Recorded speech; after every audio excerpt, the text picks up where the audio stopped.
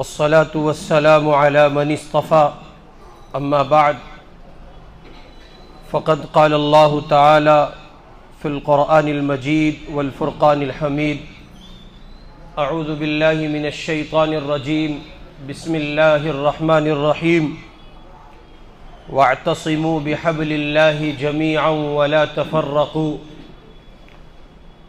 صدق الله العظيم وقال النبي صلى الله عليه وسلم المسلم أخو المسلم أو كما قال عليه الصلاة والسلام۔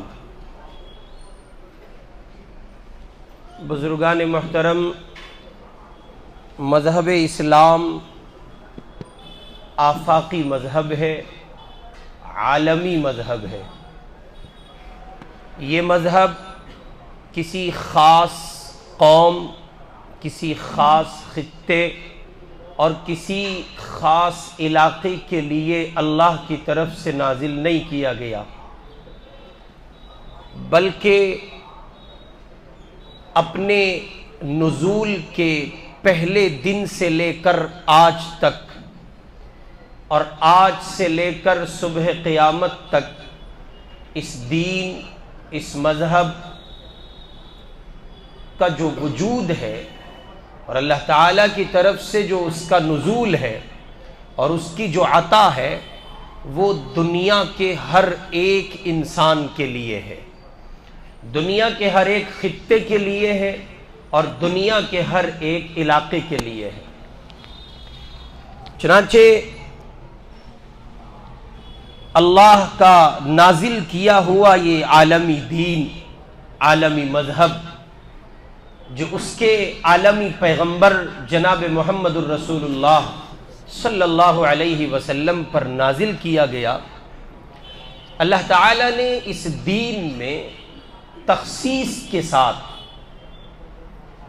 انفرادیت کے ساتھ ایک بہت اہم اور بنیادی پہلو یہ رکھا ہے کہ اس دین میں اجتماعیت کو ایک حیثیت عطا کی گئی ہے اور اس دین کے ماننے والوں کو اس کا پابند بنایا گیا ہے کہ وہ اپنے آپ میں اس اجتماعیت کے پابند بن کر رہیں اور اس نظام کے پابند بن کر رہیں جو نظام اللہ کی طرف سے ان کو عطا کیا گیا ہے۔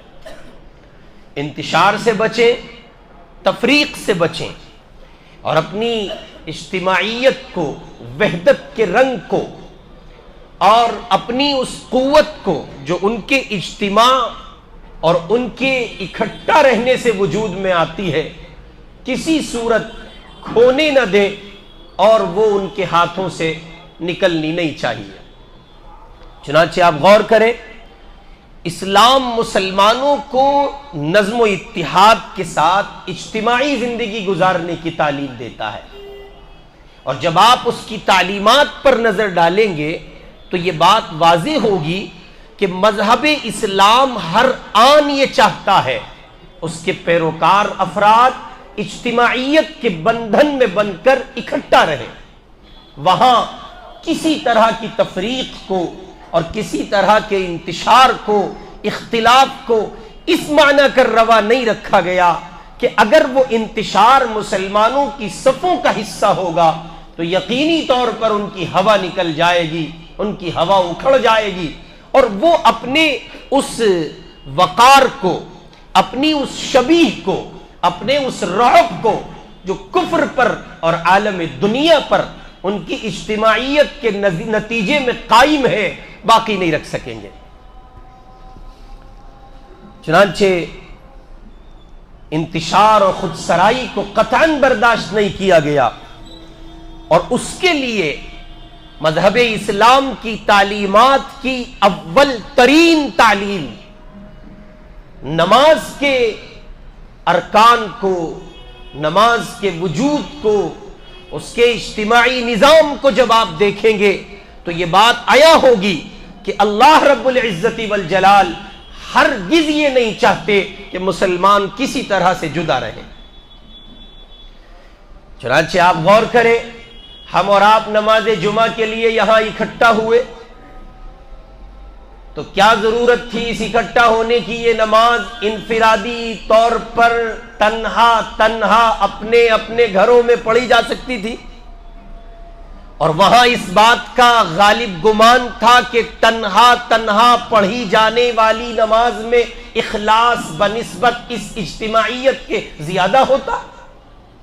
100% اس بات کا امکان غالب تھا، اور یہ بات اپنی جگہ 100% ممکن اور درست تھی کہ تنہا ہر فرد سے کہا جاتا کہ وہ اتنے وقت میں نماز جمعہ ادا کرے، ہر شخص انفرادی طور پر نماز پڑھے، وہ اپنے اپنے گھروں میں، اپنے بیڈ روم میں، اپنے مکانات میں، اپنے خاص کمروں میں، اپنی خاص نشست گاہ میں وہ اس نماز کو انفرادی طور پر پڑھ کر ادا کرے، اور اللہ کے سامنے اپنے اخلاص کا اور اپنی محبت کا اور اپنی للہیت کا اظہار کرے۔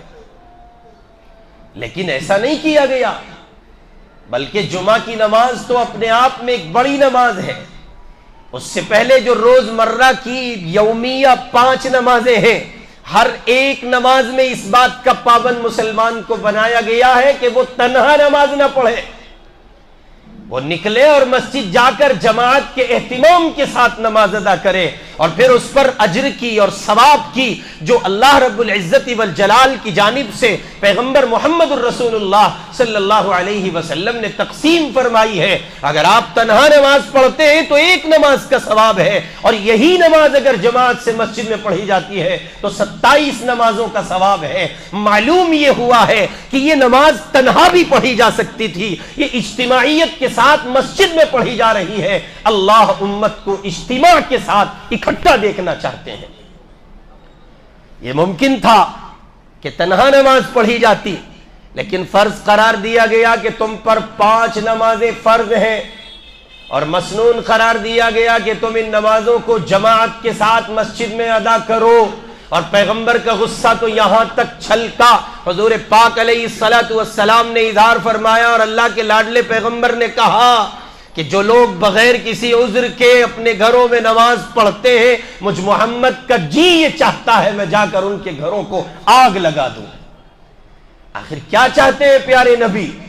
ظاہر ہے کہ اس اجتماعیت کے نظام کو باقی رکھنا چاہتے ہیں جو اجتماعیت مسلمانوں کے دین کا امتیاز ہے۔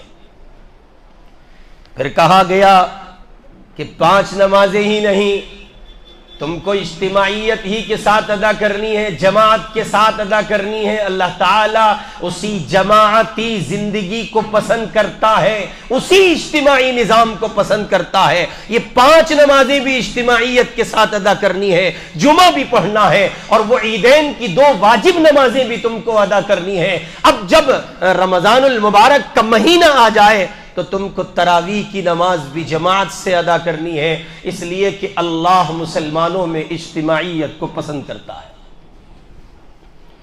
اسی کے ساتھ اس کو کہا تھا کسی کہنے والے نے، ایک ہی صف میں کھڑے ہو گئے محمود و ایاز، نہ کوئی بندہ رہا اور نہ کوئی بندہ نواز۔ یہ جو ایک آپ تشریف فرما ہے، صف اول ہے، ثانی ہے، ثالث ہے، رابع ہے، خامس ہے، پہلی، دوسری، تیسری، چوتھی، 5ویں، آپ میں کون امیر ہے، کون غریب ہے، کون حاکم ہے، کون محکوم ہے، کون غالب ہے، کون مغلوب ہے، کون دیہاتی ہے، کون شہری ہے، کون کالا ہے، کون گورا ہے، کون عربی ہے، کون عجمی ہے، اس ساری تفریق کا خاتمہ کیا، ایک ہی صف میں کھڑے ہو گئے محمود و ایاز۔ پھر نہ کوئی بندہ رہا اور نہ کوئی بندہ نواز۔ اس رب کی چوکھٹ پر اپنی جبین نیاز کو جھکانا ہے، اپنی مسلمانی کی شہادت دینی ہے، اسلام پیش کرنا ہے۔ اللہ نہیں چاہتے تم ٹکڑوں میں بٹ کر رہو، تم صفوں میں بٹ کر رہو۔ اللہ یہ چاہتے ہیں تم ساری دنیا کے ساتھ اجتماعیت کے ساتھ رہو، ساری دنیا تمہارے اس منظر کو ملاحظہ کرے، دیکھے اور وہ سمجھے، اور کفر پر اور جہان کفر پر تمہارا غلبہ اور رعب بیٹھ سکے، اور دنیا جان سکے کہ تم اکٹھا رہنے والی قوم ہو، تم جدا رہنے والی قوم نہیں ہو۔ اسی کو کہا تھا کسی کہنے والے نے، فرد قائم ربط ملت سے ہے، فرد قائم ربط ملت سے ہے، تنہا کچھ نہیں، موج ہے دریا میں اور بیرون دریا کچھ نہیں۔ چنانچہ اسی اجتماعی نظام کو اگر آپ دیکھیں تو آپ کو اندازہ ہوگا، حضرت مولانا سید سلیمان ندوی رحمۃ اللہ علیہ نے اس کی ایک بہت شاندار تعبیر کچھ اس انداز میں پیش کی۔ حضرت مولانا فرماتے ہیں جماعت کی نماز مسلمانوں میں برادرانہ مساوات اور انسانی برابری کی درسگاہ کا کام کرتی ہے۔ یہاں امیر و غریب، کالے گورے، رومی حبشی، عرب و عجم کی کوئی تمیز نہیں ہے، سب ایک ساتھ کھڑے ہیں، ساری تفریق مٹا دی گئی، اللہ یہ چاہتے ہیں۔ نماز کے بعد نمبر ہے زکوٰۃ کا، تو حکم دیا گیا، پابند بنایا گیا اہل اسلام کو کہ ہم یہ چاہتے ہیں کہ تمہارے امیر اپنے مال کی زکوٰۃ دیں اور وہ تمہارے غریبوں تک پہنچائی جائے، تاکہ مسلمانوں کا غریب و کمزور طبقہ اٹھ کھڑا ہو اور وہ اپنے پاؤں پر کھڑے ہو کر اپنی غریبی کو مٹا کر اپنے ان بھائیوں کے ساتھ مساوات کے درجے میں آئے، برابری کے درجے میں آئے جو اللہ کے بندے اس کے اپنے بھائی امیری کے خانوں میں جیتے ہیں۔ یہ زکوٰۃ کا نظام اس لیے رکھا گیا ہے تاکہ امیروں سے لے کر غریبوں کو دیا جائے اور ان کو بھی ان امیروں کے ہم پلہ کر دیا جائے، اور پوری مسلم سوسائٹی میں اور پورے مسلم معاشرے میں کوئی غریب باقی نہ رہے، ہر ایک کا درد مٹایا جا سکے، ہر ایک کی بھوک مٹائی جا سکے، ہر ایک کی پیاس بجھائی جا سکے، اور سب کو انسانی بنیادوں پر مساوات کے درس کی روشنی میں اکٹھا کر دیا جائے۔ یہ ممکن تھا کہ رمضان المبارک کے ان روزوں کو پورے سال پر تقسیم کر دیا جاتا۔ اللہ تعالیٰ کہتے موسم کے لحاظ سے جہاں موسم ٹھنڈا ہے اس علاقے کے لوگ اپنے اپنے موسم کی لحاظ کرتے ہوئے روزہ رکھ لیں، اور رمضان المبارک کے مہینے کو خصوصیت اور فضیلت عطا کر کے ساری دنیا کو اس کا پابند نہ بنایا جاتا، بلکہ اس بات کے لیے ہر ایک کو آزاد چھوڑ دیا جاتا جو جہاں ہے موسم کا لحاظ کر کے روزہ رکھے۔ اس طرح سے بھی روزوں کی تکمیل ہو سکتی تھی اور روزے کا نظام مکمل ہو سکتا تھا، لیکن نہیں، پابند کیا گیا۔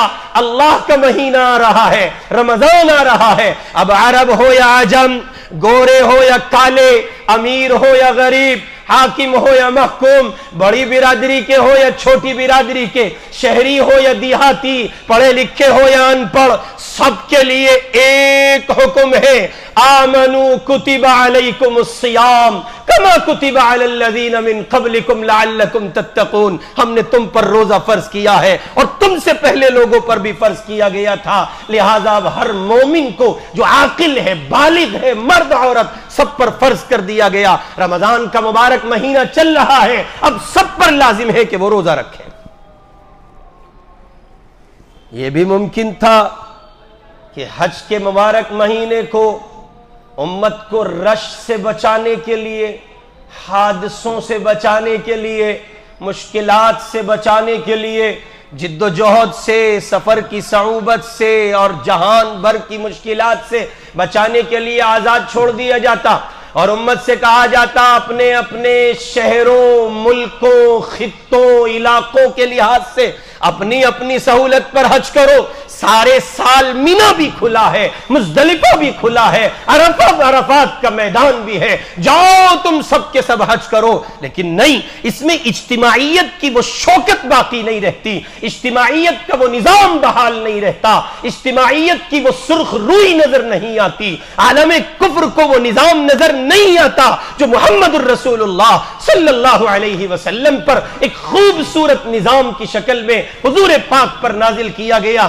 اللہ یہ دکھانا چاہتے تھے ان الدین عند اللہ الاسلام، بے شک اللہ کے نزدیک جو دین ہے وہ اسلام ہے۔ اس کی آفاقیت کو، اس کی ہماگیریت اور عالمگیریت کو، اس کے عالمگیر ہونے اور آفاقی ہونے کو اللہ تعالیٰ نے اس کے خوبصورت نظام کو ڈیولپ کر کے، بچھا کر، سمجھا کر اور امت کے افراد کو اس کا پابند بنا کر ساری دنیا کو دکھایا، یہ میرے محمد صلی اللہ علیہ وسلم کا دین ہے۔ اس کے اجتماعی نظام کو دیکھو، جو اس کے سائبان تلے آئے گا وہ محروم نہیں رہ سکتا۔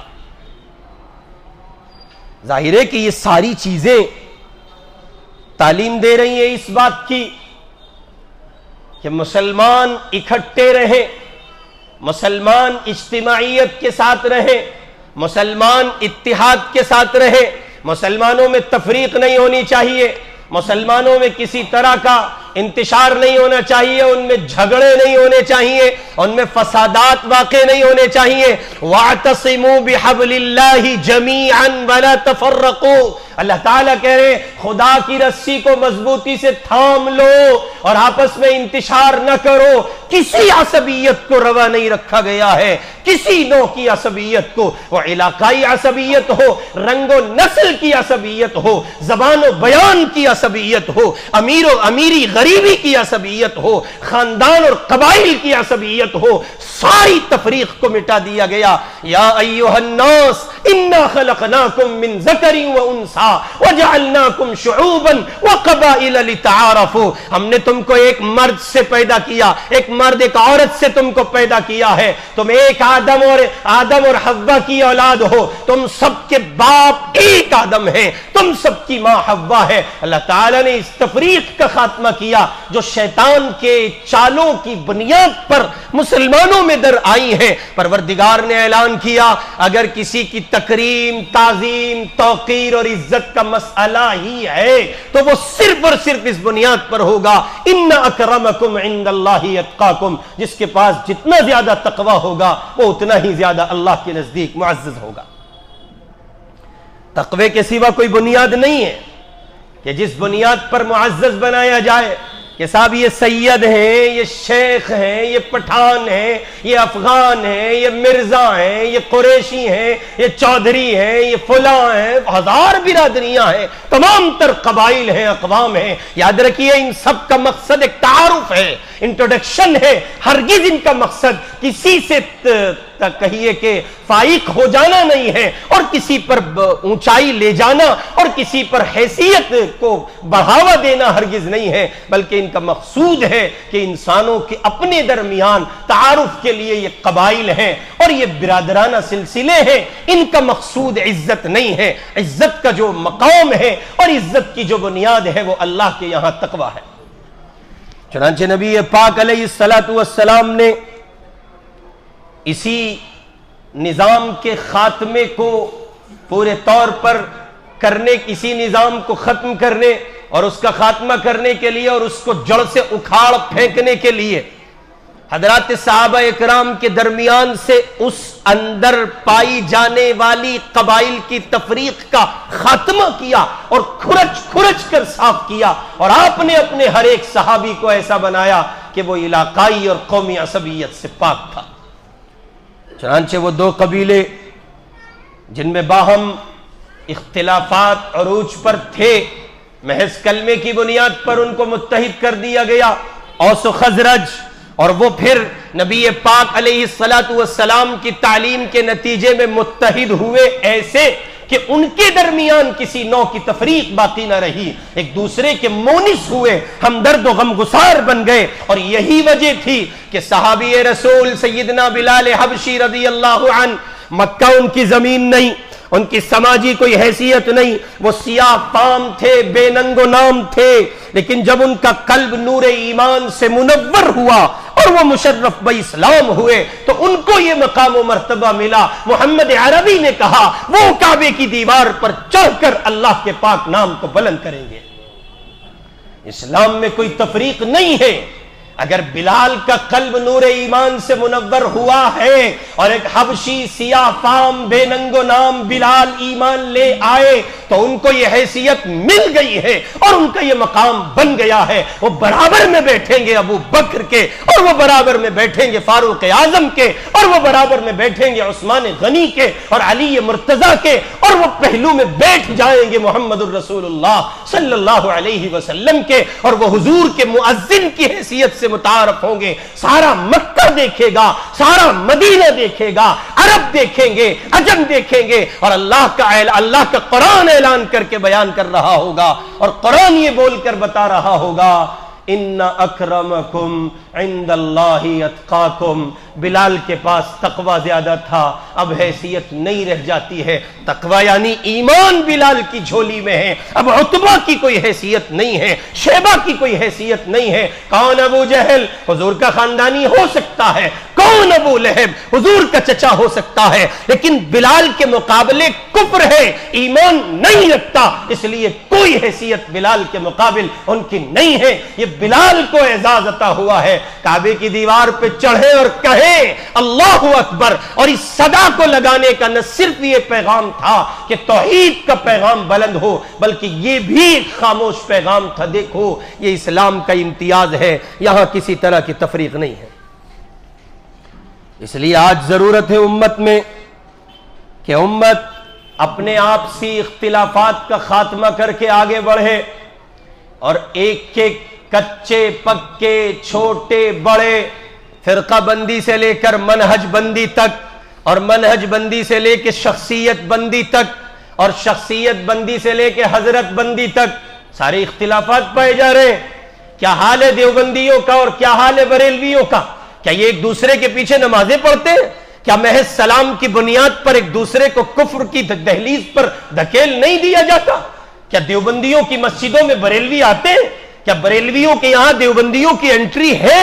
کیا ان کے آپس میں تعلقات اس نوک تک پہنچے اور اس درجے وسیع ہوئے کہ ان کی رشتہ داریاں قائم ہوں؟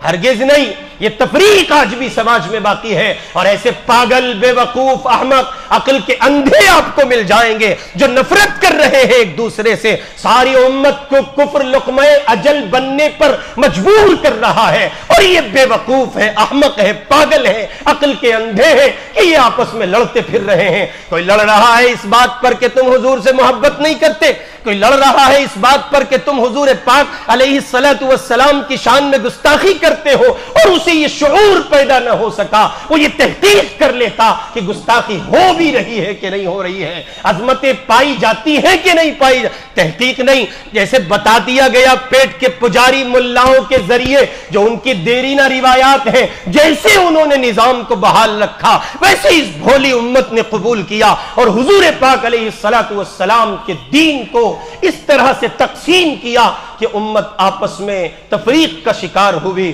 اور وہ پنپنے کا نام نہیں لے رہی ہے۔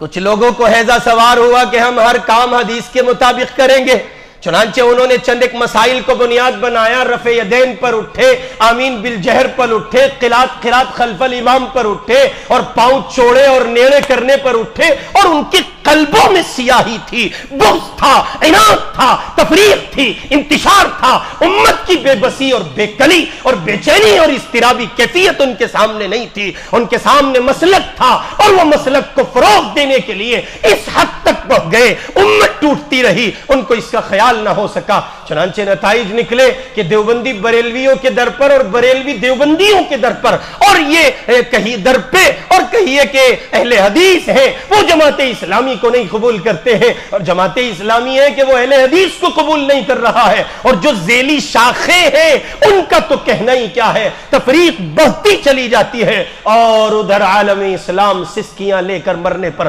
مجبور ہو رہا ہے۔ آپ حضرات چونکہ دیوبندی مسلک سے تعلق رکھتے ہیں، میں بھی دیوبندی مسلک سے تعلق رکھتا ہوں، ضرورت ہے کہ ہم بھی اپنی صفوں کو کج رویوں، کج فہمیوں سے پاک کریں۔ ہم اپنے نظریات کی لڑائی کو اتنا بڑھاوا نہ دے کہ جناب مسجد میں جماعت عاشورہ کی نہیں آ سکتی، اور مسجد میں مرکز کی جماعت نہیں آ سکتی، مسجد کسی کے باپ کی جاگیر نہیں ہے۔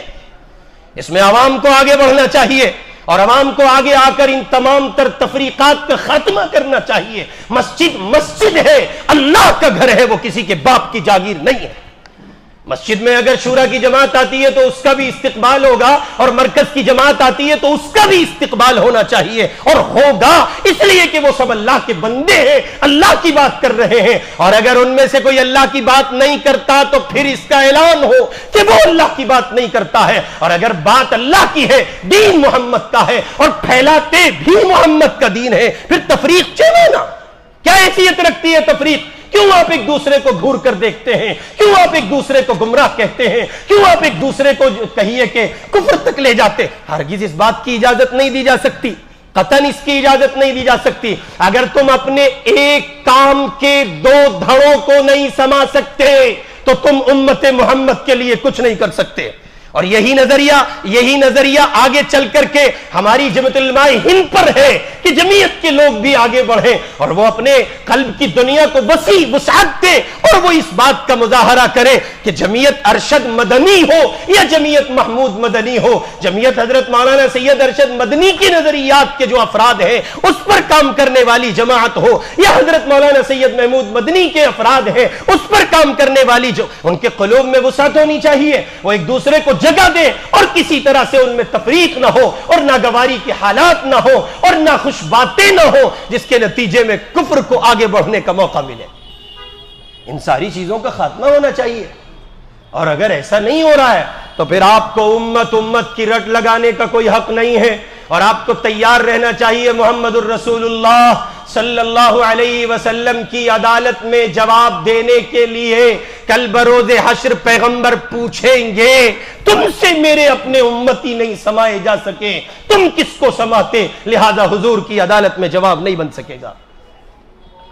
اس لیے آپ اپنے نظریات پر قائم رہیں. کون کہتا ہے جس کو مرکز کے ساتھ جانا ہے, جس کو جمعیت الف کے ساتھ جانا ہے وہ جائے, جس کو شورا کے ساتھ جانا ہے وہ جائے, اور جس کو جمعیت میم کے ساتھ جانا ہے وہ جائے. اور بہت سے اختلافات ہو سکتے ہیں, کوئی پرسنل لا بورڈ کی ترجمانی کر رہا ہے وہ کرے, کوئی ملی کونسل کی ترجمانی کر رہا ہے وہ کرے, اور جہان بھر کی ترجمانیاں ہو سکتی ہیں. آپ جس پلیٹ فارم کی ترجمانی چاہتے ہیں کریں, لیکن یاد رہے ایک مومن کے لیے آپ کے دل کی دنیا میں اتنی وسعت ہونی چاہیے کہ آپ اسے عزت احترام دینے سے کبھی معذور نہ ہو.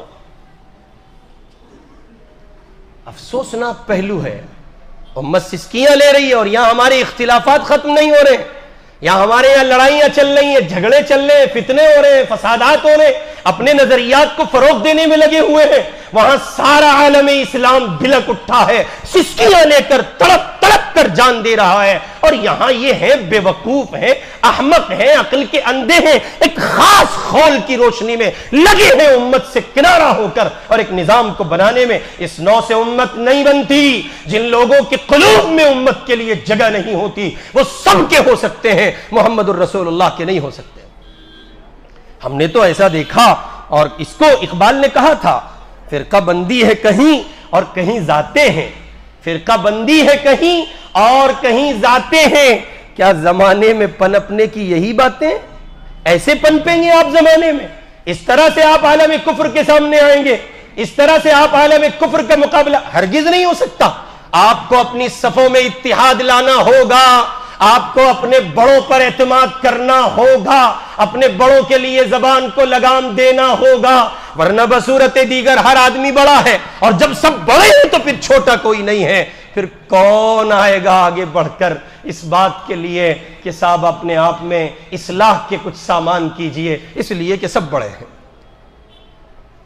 امت کو چاہیے کہ وہ اس ربط کو استوار رکھے جو براہ راست ملت سے جڑتا ہے.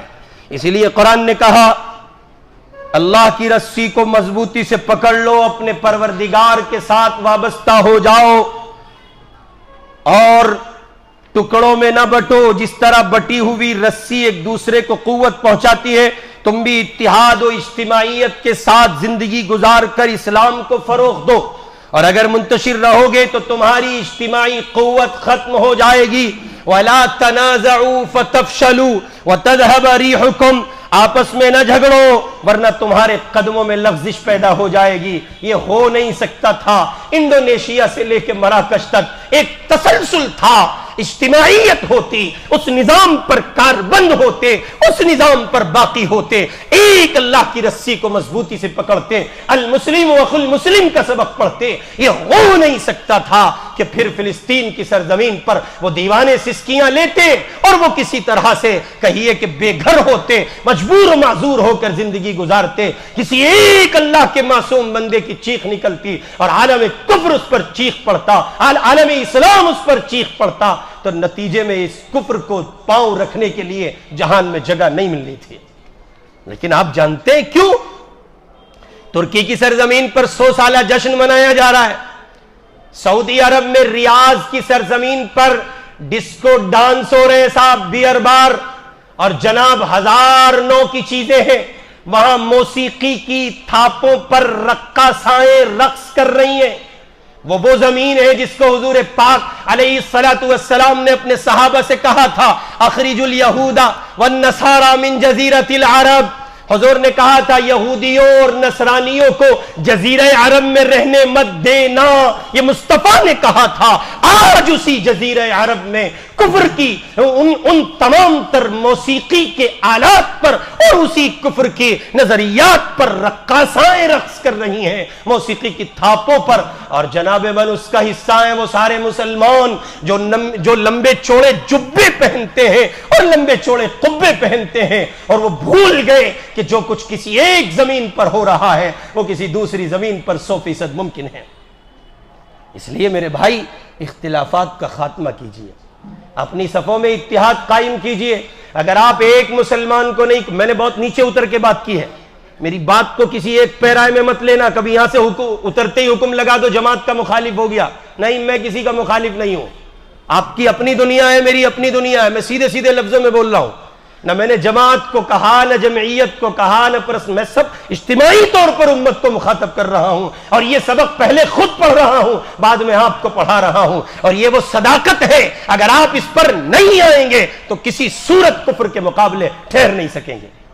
آپ اپنے اپنے نظام پر قائم رہیے، ہم ہرگز نہیں کہتے آپ اس نظریے کو چھوڑ دیں جس نظریے سے آپ وابستہ ہیں، ہرگز مت چھوڑیے، آپ اسی نظریے پر قائم رہیے، آپ کے نظریے کو مبارکباد اور اس کو سلام، لیکن دوسرے کے لیے اتنی گنجائش ضرور رکھیے کہ وہاں آپ کفر کے، گمراہی کے اور بغض و عناد کے فتوے کم از کم تقسیم نہ کرتے ہو۔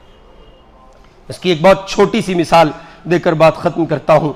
ہمارے بہت قریب کے بزرگوں میں دیوبندی علماء میں ایک عالم گزرے ہیں، حضرت مولانا احمد علی لاہوری رحمۃ اللہ علیہ۔ ان کے ایک دوست تھے حضرت مولانا داؤد غزنوی رحمۃ اللہ علیہ۔ یہاں مسلک اہل حدیث کے دوست اگر بیٹھے ہوں تو وہ ذرا توجہ سے سنیں میری بات کو، براہ راست مخاطب کر رہا ہوں، اگر کوئی مسلک اہل حدیث کا فرد بیٹھا ہے تو وہ غور سے سنیں۔ مسلک اہل حدیث کے ترجمان تھے حضرت مولانا داؤد صاحب غزنوی رحمۃ اللہ علیہ، اور دیوبندی مسلک کے ترجمان تھے حضرت مولانا احمد علی لاہوری رحمہ اللہ۔ دونوں حضرات کی باہم دوستی ہے اور دونوں ایک دوسرے کے جگری یار ہیں۔ ہوا یوں کہ مولانا احمد علی لاہوری رحمہ اللہ کو حضرت مولانا داؤد غزنوی رحمہ اللہ نے خط لکھا اور کہا میں اپنے لوگوں کے ساتھ، اپنے رفقا کے ساتھ آپ کے پاس ملاقات کے لیے آ رہا ہوں۔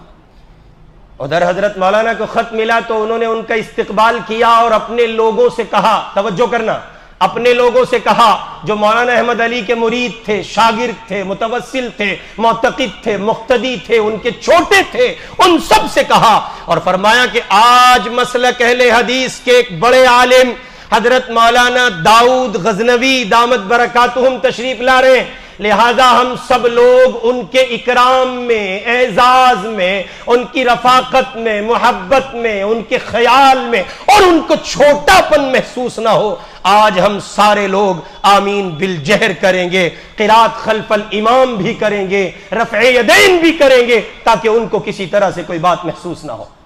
ادھر مولانا داؤد صاحب غزنوی رحمہ اللہ نے کہا آج ہم حنفی مسلک کے ایک بڑے مقتدر عالم دین کی خدمت میں جا رہے ہیں، اس لیے آج ہم ان کے پاس جا کر آمین بالجہر نہیں کریں گے، ہم قرات خلف الامام نہیں کریں گے، ہم پاؤں کو چوڑا نہیں کریں گے، ہم رفع یدین نہیں کریں گے، ہم آج حنفی مسلک کے مطابق نماز پڑھیں گے تاکہ ان کو سبکی محسوس نہ ہو، ان کو چھوٹا محسوس نہ ہو، وہ اپنے آپ کو کمزور محسوس نہ کریں۔ اور پھر اس آسمان و زمین نے دیکھا اور زمین و آسمان کی مخلوق نے دیکھا، رب کے فرشتے دیکھ رہے تھے، جو مقلد تھے، جو مقلد تھے وہ غیر مقلد ہو گئے اور جو غیر مقلد تھے وہ مقلد ہو گئے، یہ قلوب میں جگہ ہونے کی وجہ تھی۔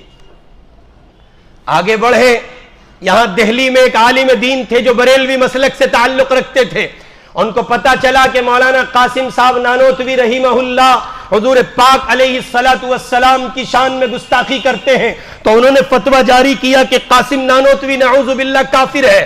حضرت نانوتوی دہلی تشریف لائے، حضرت کو اطلاع ملی فلاں مولانا صاحب مجھے کافر کہتے ہیں. حضرت نے فرمایا چلو ان کے پیچھے نماز پڑھیں گے. فجر کی نماز پڑھنے ان کی مسجد میں ان کے پیچھے پہنچ گئے. جب نماز مکمل ہوئی ان عالم دین کو کسی نے بتایا دیوبندیوں کا امام قاسم نانوتوی آپ کے پیچھے نماز پڑھنے آیا ہے. وہ عالم دین بھی باظرف تھے, وہ ساتھ رکھنے والے انسان تھے. آج لوگوں کے پاس سب کچھ ہے, ظرف نہیں ہے. ظرف کی دولت سے یہ امت خالی ہوتی جا رہی ہے. چنانچہ وہ عالم دین بھاگے دوڑے لپکے آئے, مصافحہ کیا اور معانقہ کیا اور کہا شیخ آپ میری مسجد میں میرے پیچھے آپ نے نماز ادا کی, میں تو آپ کو کافر کہتا ہوں. فرمایا کس بنیاد پر کہتے ہو؟ انہوں نے کہا مجھے پتا چلا ہے کہ آپ حضور کی شان میں گستاخی کرتے ہیں. فرمایا پھر تو فتویٰ درست ہے, لیکن کتنا اچھا ہوتا آپ یہ تحقیق کر لیتے قاسم نانوتوی نے حضور کی شان میں گستاخی کی بھی ہے یا نہیں کی ہے.